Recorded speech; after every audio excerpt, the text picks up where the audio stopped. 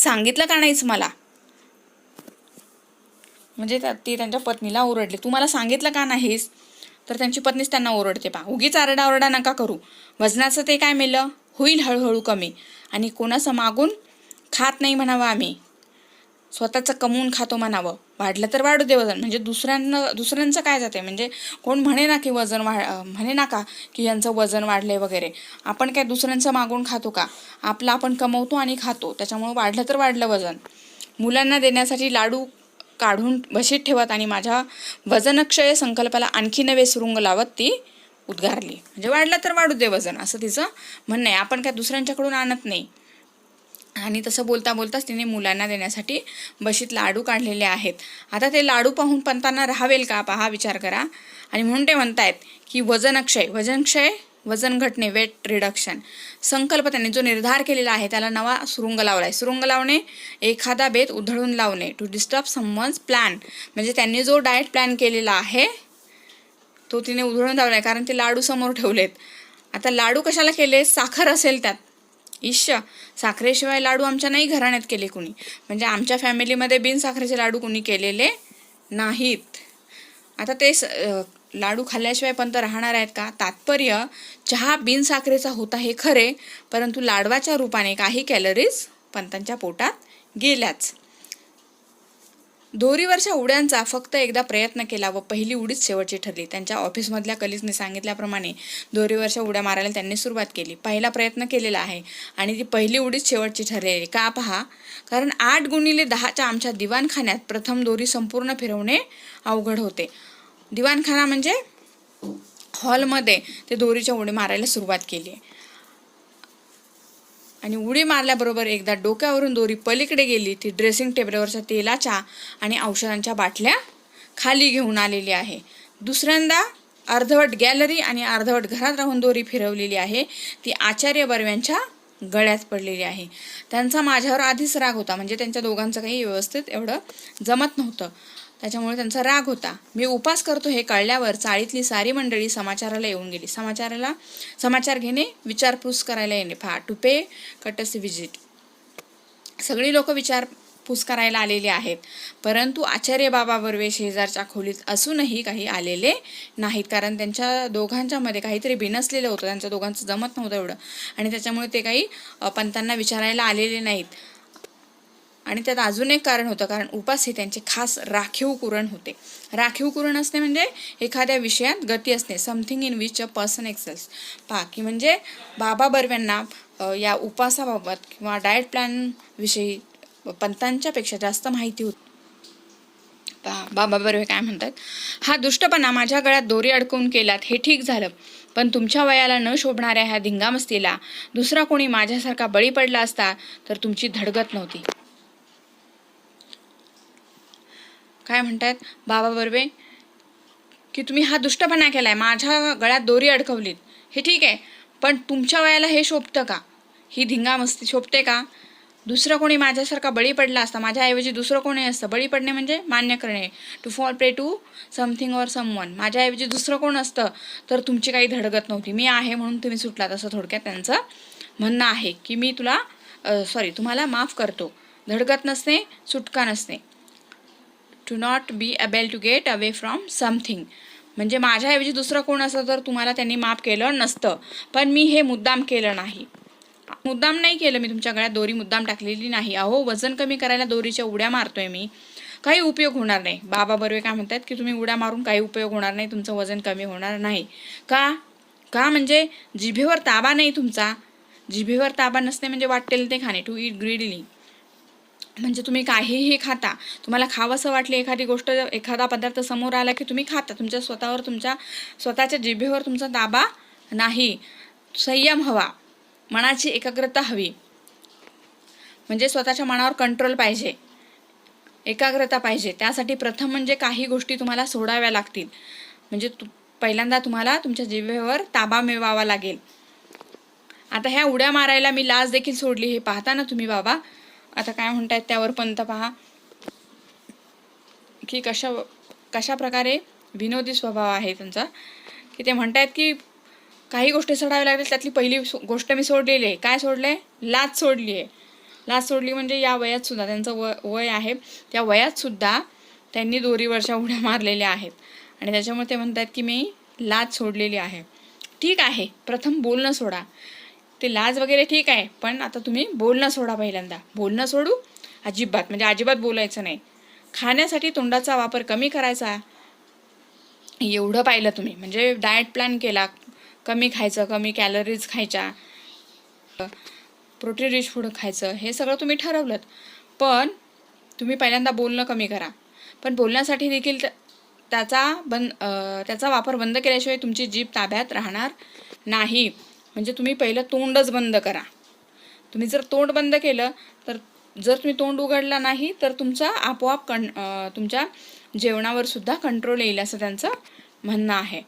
पण मला बोललंच पाहिजे बाबा, मी केविलवाण्या स्वरात ओरडलो. पंत काय म्हणतात की पण मला बोलल्याशिवाय तसं राहता येणार नाही. का पण एवढा संयम नाही तुमच्यात, म्हणजे तुम्ही तेवढं करू शकत नाही. मौनाचं सामर्थ्य मोठं आहे. मौन म्हणजे काही न बोलणे. मौनाचं सामर्थ्य मोठं आहे. मौन ही शक्ती आहे. मौन ही म्हणजे अशा प्रकारे त्यांनी मौनाच्या सामर्थ्यावर लेक्चर द्यायला सुरुवात केलेली आहे. उड्या मारायच्या माझ्या दोरीचे एक टोक हातात धरून बाबा 1 तास मौनाचं महत्त्व या विषयावर बडबडत होते.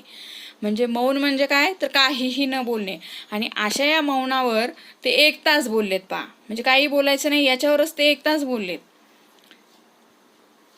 शेवटी त्यांचा वाक्प्रवाह अडवून मी ओरडलो. वाक्प्रवाह म्हणजे बोलण्याचा ओघ अडवून ते ओरडलेत. पण बाबा मी बोललो नाही तर खाऊ काय? बोलण्याचा आणि खाण्याचा काय संबंध? म्हणजे बोलण्याचा आणि खाण्याचा काही संबंध आहे का? मी टेलिफोन ऑपरेटर आहे पहा. म्हणजे त्यांचं कामच ते आहे बोलणं, आणि त्याच्यामुळं दिवसभर बोलावंच लागतं मला. मग कसलं वजन उतरवणार तुम्ही? अत्यंत कारुण्यपूर्वक कटाक्ष टाकून बाबा गेले. म्हणजे आता तुम्ही तुमचं वजन कमी करू शकत नाही अशा प्रकारे कारुण्यपूर्वक म्हणजे दया दाटून आलेली, पिटीफुल. कटाक्ष टाकणे, एका ठिकाणी नजर थोडी स्थिर करणे, टू ग्लान्स. पहा की दया आली आहे पंतांची त्यांना. म्हणजे तुम्ही काहीही केलं, किती डाएट प्लॅन केलं, किती एक्सरसाइज केले, तरी सुद्धा तुम्ही तुमचं वजन कमी करू शकणार नाही. कारण तुमच्या तोंडावर, जिभेवर ताबा नाही आणि ते तुम्ही थांबवू शकत नाही. आणि त्याच्यामुळे तुम्ही वजन कमी करू शकत नाही असं म्हणून त्यांना त्यांची दया आली आणि त्यांनी तशा प्रकारे एक क्षण त्यांच्याकडे पाहिलंय. आणि त्याच्यावर पंतांना काय वाटलंय पहा की त्यांच्या गळ्यात पडलेली दोरी मगाशी मी गच्चा आवळली का नाही या विचाराने मला पश्चाताप झाला. म्हणजे ते एवढा प्रयत्न करून वजन कमी करण्यासाठी डाएट प्लॅन केलेला आहे, बऱ्याच गोष्टींवर त्यांनी ताबा मिळवलेला आहे, बरेच पदार्थ सोडलेले आहेत त्यासाठी. त्यानंतर त्यांनी एक्सरसाइज करायला सुरुवात केलेली आहे ना. असं असताना एखादी व्यक्ती जर म्हणाली की तुमचं या सगळ्या गोष्टी करूनही तुमचं वजन तुम्ही कमी करू शकणार नाही, तर मग आपली कशी अवस्था होते तशी अवस्था पंतांची झालेली आहे. आणि त्याच्यामुळे त्यांनी जसं म्हटलं की ती दोरी त्यांच्या गळ्यात पडली तेव्हाच मी आवळायला हवी होती, म्हणजे यापुढचं ते काही बोलूच शकले नसते. या विचाराने मला पश्चाताप झाला. म्हणजे मी असं का केलं नाही, ती दोरी तशीच आवळायला हवी होती, मी हे का केलं नाही या विचाराने मला पश्चाताप झाला. पश्चाताप होणे, केलेल्या चुकीची जाणीव होणे, टू रिग्रेट अबाउट समथिंग. म्हणजे मी असं करायला हवं होतं असं त्यांना वाटलेलं आहे, पण तसं त्यांनी काही केलं नाही आणि ते बाबा निघून गेलेले आहेत. मग मात्र मी चिडलो आणि निश्चय केला की बस. म्हणजे असं कोणी आपल्याला डिवसलं तर आपण आपल्या संकल्पावर अधिक दृढ होतो, म्हणजे पक्का ठरवतो मनात, तसा पक्का निर्धार करतो. आणि काय त्यांनी निर्धार केलाय पहा की यापुढे उपास वजन उतरेपर्यंत उपास. म्हणजे मी काहीही करून मी माझं वजन कमी करणारच.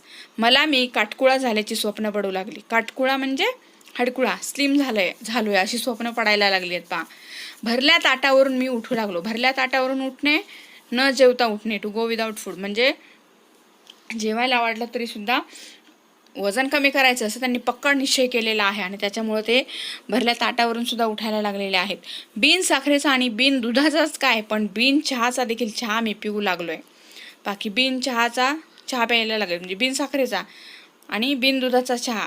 बिन साखरेचा चहा त्यांनी सुरुवातीला प्यायला लागले होते, त्यानंतर बिन दुधाचा, आता बिन चहाचा देखील चहा पिऊ लागले. म्हणजे चहाच पूर्ण बंद केलेला आहे. साखर पाहिली की माझ्या अंगाचा तिळपापड होऊ लागला. अंगाचा तिळपापड होणे, खूप संताप होणे, टू फोम विदाउट फळी. पहा की साखर पाहिली की त्यांना कॅलरीज दिसायला लागलेल्या आहेत. केवळ फळांवर मी जगू लागलो. लिंबाचा रस तर मला अमृतासारखा वाटू लागला. लिंबाचा रस आणि पहा की गरम पाण्यात लिंबाचा रस टाकून पिला तर वजन कमी होतं असं म्हटलं जातं. आणि त्याच्यामुळे लिंबाचा रस त्यांना अमृतासारखा वाटायला लागलेला आहे.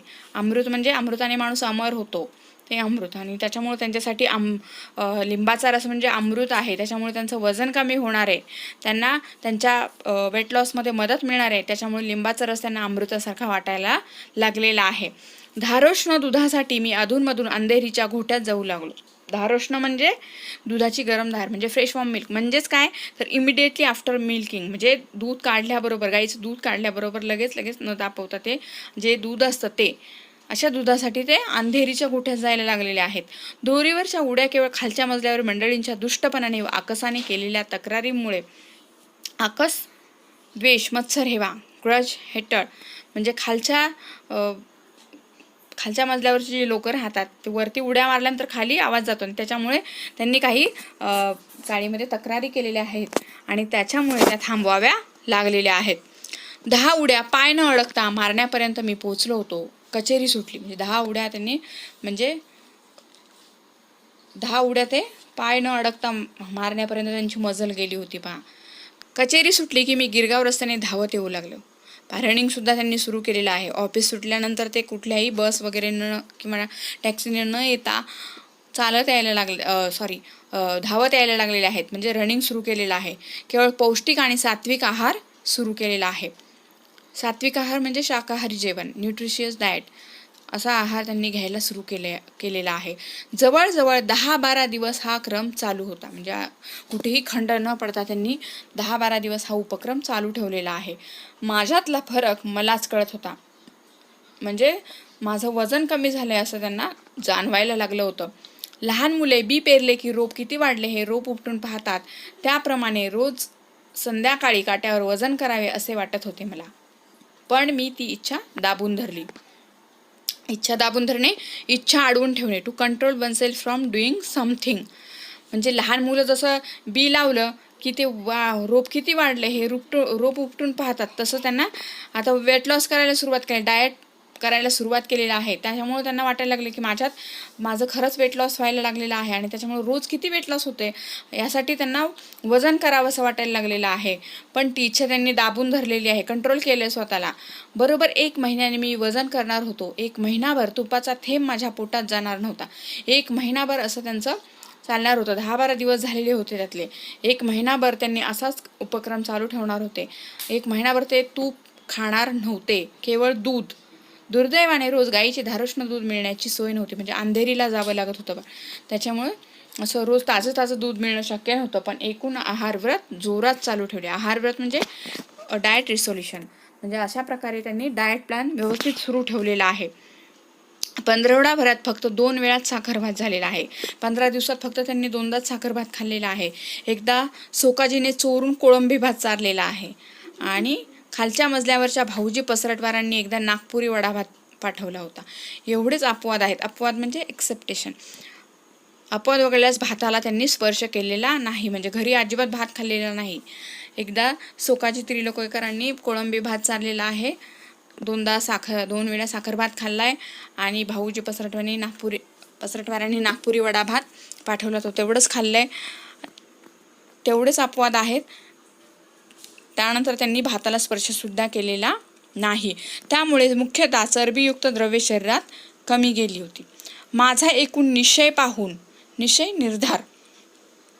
पाहून चाळीतल्या मंडळींचे आदर दुणावल्याचे माझ्या सूक्ष्म नजरेतून सुटत नव्हते. आदर दुप्पट होणे, वाढणे, टू गेन मोर रिस्पेक्ट. माझ्याबद्दल लोकांना रिस्पेक्ट वाटायला लागले की त्यांनी ठरवलंय आणि त्याप्रमाणे ते वागतायत, हे त्यांना लोकांच्या नजरेतून जाणवायला लागलेलं आहे. जी मंडळी माझ्या डाएटची आणि उपासाची चेष्टा करत होती त्यांनीच पंत फरक दिसतो हो अशी कबुली द्यायला सुरुवात केली होती. बाकी म्हणजे खरंच तुमचं वजन कमी व्हायला लागले असं लोक बोलायला लागले होते. जनोबा रेगॅनसारख्या अत्यंत कुचकट शेजाऱ्याला, म्हणजे जे टुमणे मारायचे, उपरोधिक बोलायचे, ते सुद्धा काय म्हणतात पहा. पंत भलतेच काय हो रोडावणे प्रकृती खालावणे, टू लॉस फ्लेश. म्हणजे खरंच तुमचं वजन कमी झालं हे मान्य त्यांना करायलाच लागलेलं आहे. मंडळींच्या प्रशस्तीने मला भीती वाटत होती ती एकाच गोष्टीची, म्हणजे मूठभर मांस वाढण्याची. म्हणजे अशा प्रकारे लोक त्यांची प्रशस्ती म्हणजे कौतुक करत होते, ॲप्रिशिएशन देत होते. आणि त्याच्यामुळं ह्या कौतुकानेच माझं वजन वाढेल की काय असं त्यांना वाटायला लागलेलं होतं. मूठभर मांस वाढणे, स्तुतीने हुरळून जाणे. Here to gain weight due to excessive price.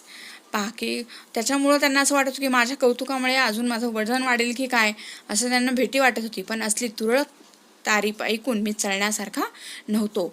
म्हणजे मूठभर मांस वाढेल म्हणजे काय की असं म्हणतायत लोक की तुमचं खरंच वजन कमी झालंय असं म्हणून मी माझ्या डाएट प्लॅन मध्ये चेंजेस आणेन किंवा बंद करेल असं होणार नाही. म्हणजे पण असली तुरळक तारीफ ऐकून, तुरळक म्हणजे क्षुल्लक, कमी, इन्सिग्निफिकंट किंवा स्मॉल, आणि तारीफ म्हणजे प्रशंसा, स्तुती, ॲडमिरेशन. मी चळण्यासारखा नव्हतो. चळणे, बाजूला होणे, निर्धार, डळमळणे, to slip, to go stray. म्हणजेच मी माझा डाएट प्लॅनमध्ये कोणतेही बदल करणार नव्हतो. मी माझा जो हा दिनक्रम चालू होता तो तसाच चालू ठेवणार होतो. इतक्या असामान्य मनोनिग्रह आणि जिव्हा नियंत्रणानंतर कमीत कमी 20 ते 25 पाऊंडांनी तरी माझे वजन घटले पाहिजे अशी माझी खात्री होती. व त्या खात्रीने मी आमच्या ऑफिस समोरच्या वजनाच्या यंत्रावर पाय ठेवला आणि आनेली टाकून तिकीट काढले. मनोनिग्रह, मनाची एकाग्रता, डिटर्मिनेशन ऑफ माइंड. म्हणजे त्यांनी पक्क मन आपल्या ताब्यात ठेवलं होतं. अनेक पदार्थ त्यांनी त्यासाठी वर्ज्य केले होते, टाळले होते. आपल्या स्वतःच्या जिभेवर त्यांनी नियंत्रण ठेवलं होतं आणि एवढं सगळं केलं होतं. आणि त्याच्यामुळे त्यांना खात्री होती की माझं नक्कीच वजन कमी झालं असेल. आणि त्याच्यामुळे त्यांनी आता 1 महिन्यानंतर त्यांनी त्यांच्या ऑफिससमोर जे सुरुवातीला त्यांनी वजन करून पाहिलं होतं आणि त्या वजनाच्या आधारेच त्यांनी वेट लॉस करायचं ठरवलं होतं. आता त्याच यंत्रावर त्यांनी पाय ठेवला आहे. आनेली टाकली. आनेली म्हणजे जुन्या काळातलं एक नाणं, अ coin during the olden times, जुनं नाणं त्यांनी टाकलेलं आहे. तिकीट काढलंय. महिन्यापूर्वी याच यंत्राने माझे वजन 181 पौंड दाखवले होते. 1 महिन्याचा उपास, निराहार म्हणजे काही खाल्लेलं नाही, फास्टिंग केलंय, शास्त्रोक्त उपार, अगदी व्यवस्थित डाएट केलेलं आहे, दोरीवरच्या उड्या मारल्यात आणि एवढी सगळी उग्र साधना, उग्र म्हणजे तीव्र, स्ट्रॉंग, सेव्हियर, आणि साधना, तपश्चर्या, पेनॅन्स, एवढं सगळं केलेलं आहे. आणि आज त्यांनी वजन करायला तिकीट काढलंय. तिकिटावर वजन काय होतं पहा. मिनिटभर माझा विश्वासच बसेना की सगळ्यांना वाटलं असेल आता की वजन त्यांचं कमी झालं असेल. पण काय झालंय पहा, पंतांचा त्यांच्या त्या कार्डवर विश्वास नाही आहे. काय म्हणतात पहा, 192 पौंड. आधी किती होतं, 181 पौंड दाखवलं होतं. आता एवढी सगळी उग्र साधना त्यांनी केली, एवढा सगळे उपास तापास केलेले आहेत, डाएट केलेलं आहे, आणि तरीसुद्धा आजचं वजन त्यांचं होतं 192 पौंड. आणि भविष्य होते, आप बहुत समजदार और गंभीर आहे. म्हणजे कोणत्याही गोष्टी तुम्ही इतक्या गंभीरपणे घेता, तुम्ही खूप समजदार आहात आणि गंभीर आहात. कोणतीही गोष्ट अगदी हसण्यावरही नेत नाही, गंभीरपणे ती गोष्ट घेता, असं त्यांचं भविष्य आलेलं आहे. म्हणजे काय की आधीचं वजन जे 181 पौंड दाखवलं होतं ते त्यांचं खरंच वजन आहे असं ते समजले. आणि म्हणून त्याचा परिणाम काय झालेला आहे, त्यांनी डाएट करायला सुरुवात केलेली आहे. त्यासाठी त्यांनी अनेक गोष्टी सोडलेल्या आहेत, अनेक पदार्थ सोडलेले आहेत, कॅलरीज कमी घेतलेल्या आहेत, त्यानंतर एक्सरसाइज केलं आहे, त्यासाठी दोरीवरच्या उड्या मारलेल्या आहेत, रनिंग केलेलं आहे. आणि एवढं सगळं करूनसुद्धा आज त्यांनी वजन केले तर ते पहिल्यापेक्षा जास्त दाखवलेलं आहे. म्हणजे तो काटा कसा होता, बिघडलेला होता थोडक्यात.